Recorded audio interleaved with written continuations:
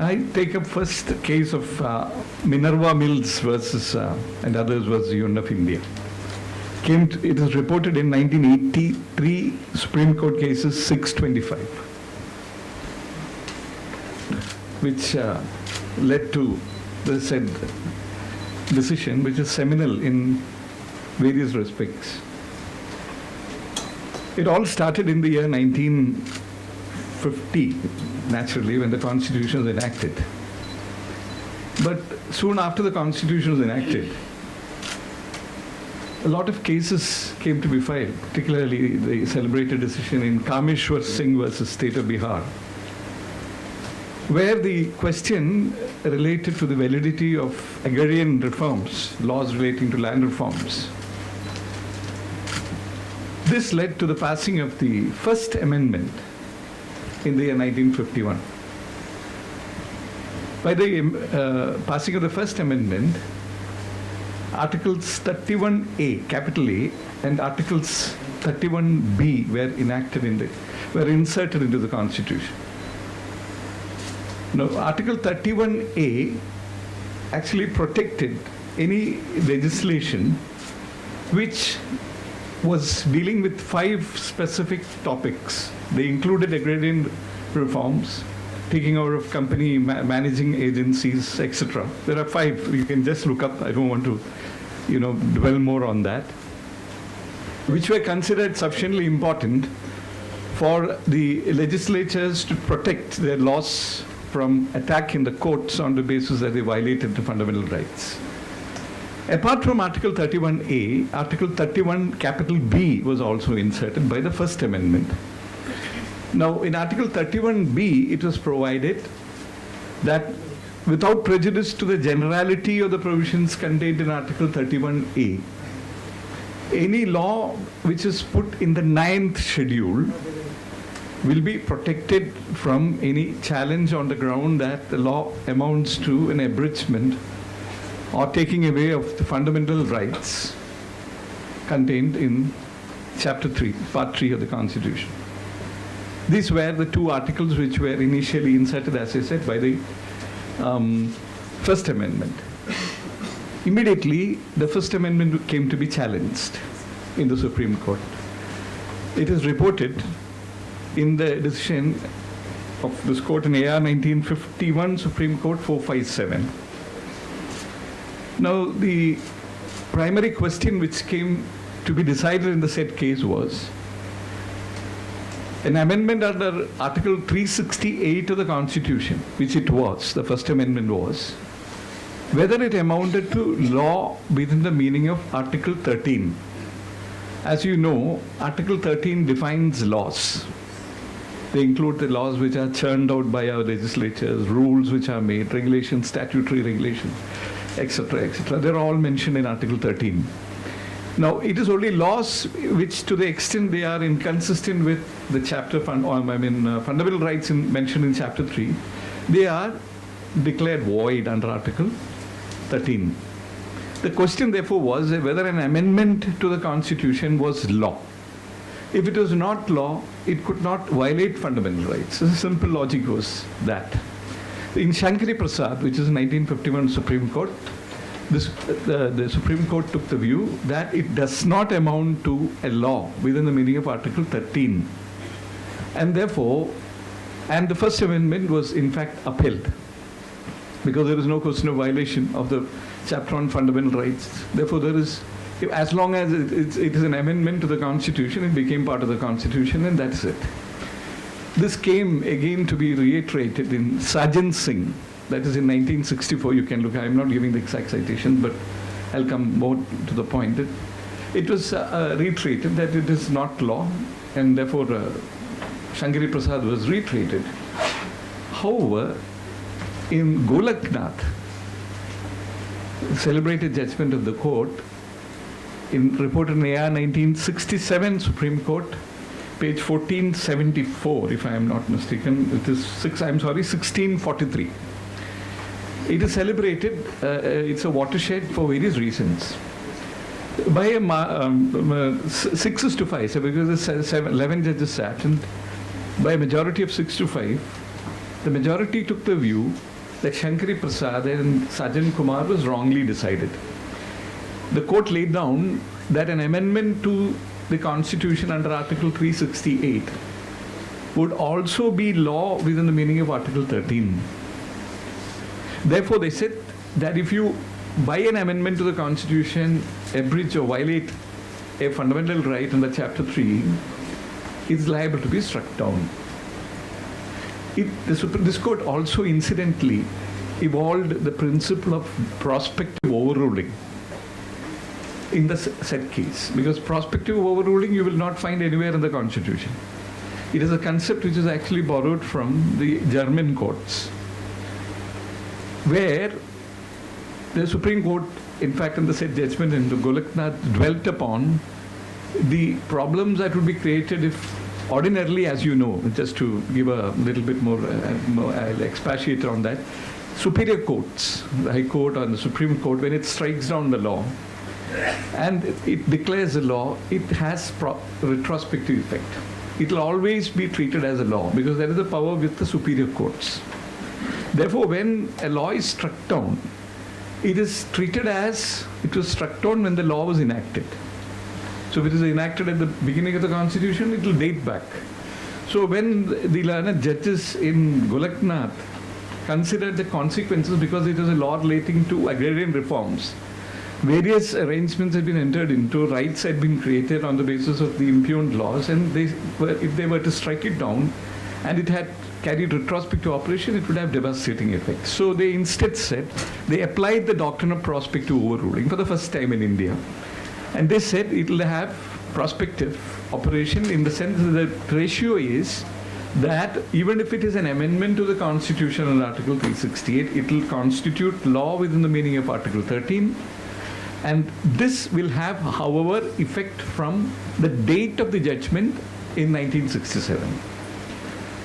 So much so that within a period of 6 years thereafter, the even more celebrated, the largest bench ever in the history of the Supreme Court, Keshavananda Bharati, came to be decided.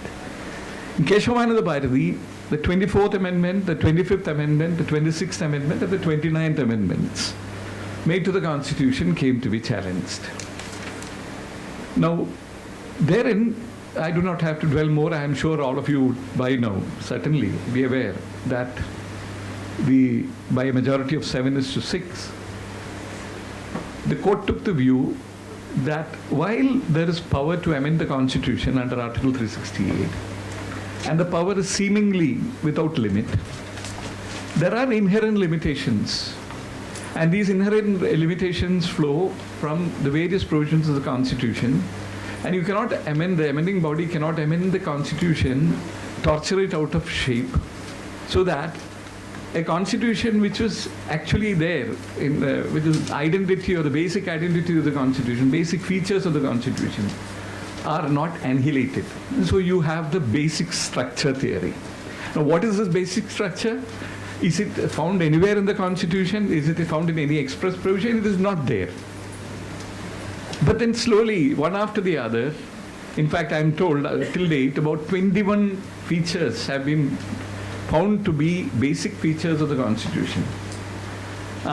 Equality, for example, the democracy. In fact, it came to be tested for the first time in Indira Nehru Gandhi versus Raj Narayan, reported in 1975 Supreme Court, where an election was set aside by the Allahabad High Court of the former Prime Minister, Mrs. Gandhi, and it came to be challenged, and it was the election petition was allowed. And thereupon, Article 329, an attempt was made to get over the judicial verdict. So it involved various concepts, the power of judicial review, with whom it actually vests, what is the finality to be attached to it, the concept of democracy, because the democracy, the basic creed is that you should have a free and fair elections. And once an election petition is allowed by a competent court and the election is declared bad, then for the legislature to simply sit and say and know that election is bad, good. Just to declare that the election is good, which is what actually the constitutional amendment did. So it came to be struck down in Indira Nehru Gandhi. For the first time, the basic structure theory which was evolved by the Keshavananda Bharati case was tested and applied and successfully applied. And then we come to 1980, which is the first decision which I have talked about, which is Minerva Mills. So what happened in Minerva Mills? As I said, 31A and 31B came to be inserted by the First Amendment in 1951.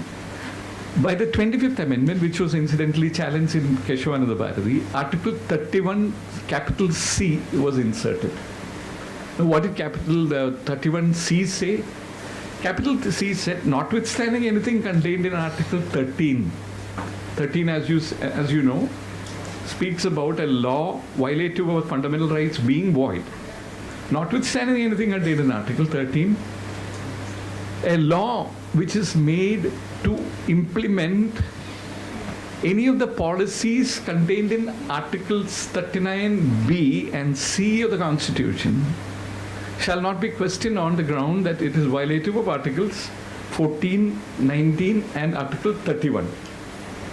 These three articles, you could not challenge a law if there is a law, if it is stated to be made in pursuance of implementing the policy under Article 39B and C.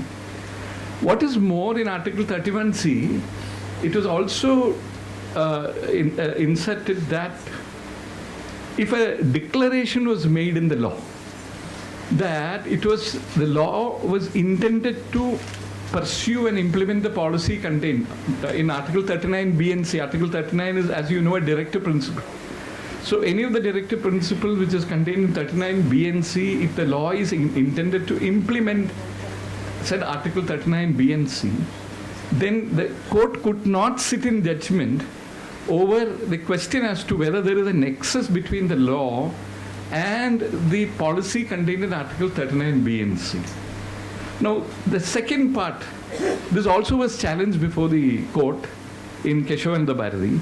In Keshavananda Bharati, the court, however, struck down the latter part, which means the part which declared that the court cannot go into the question as to whether the law which perpetually implements the directive principle of the policy in Article 39B actually does it or does not do so.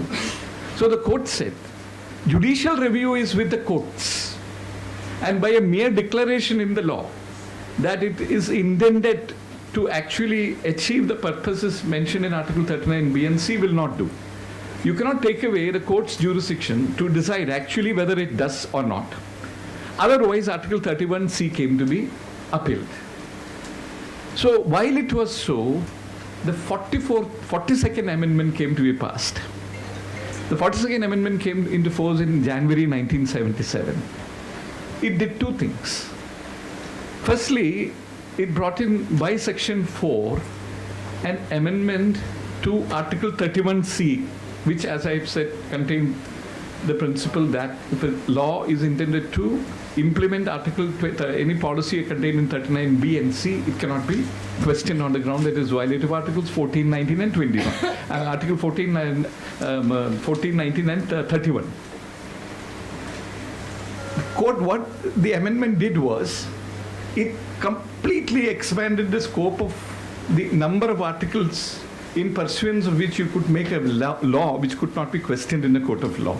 Instead of 39B and C, it declared that if a law is made for the purpose of giving effect to any of the directive principles, you cannot question, it cannot be questioned on the ground that it is violative of Article 14, 19 and 31.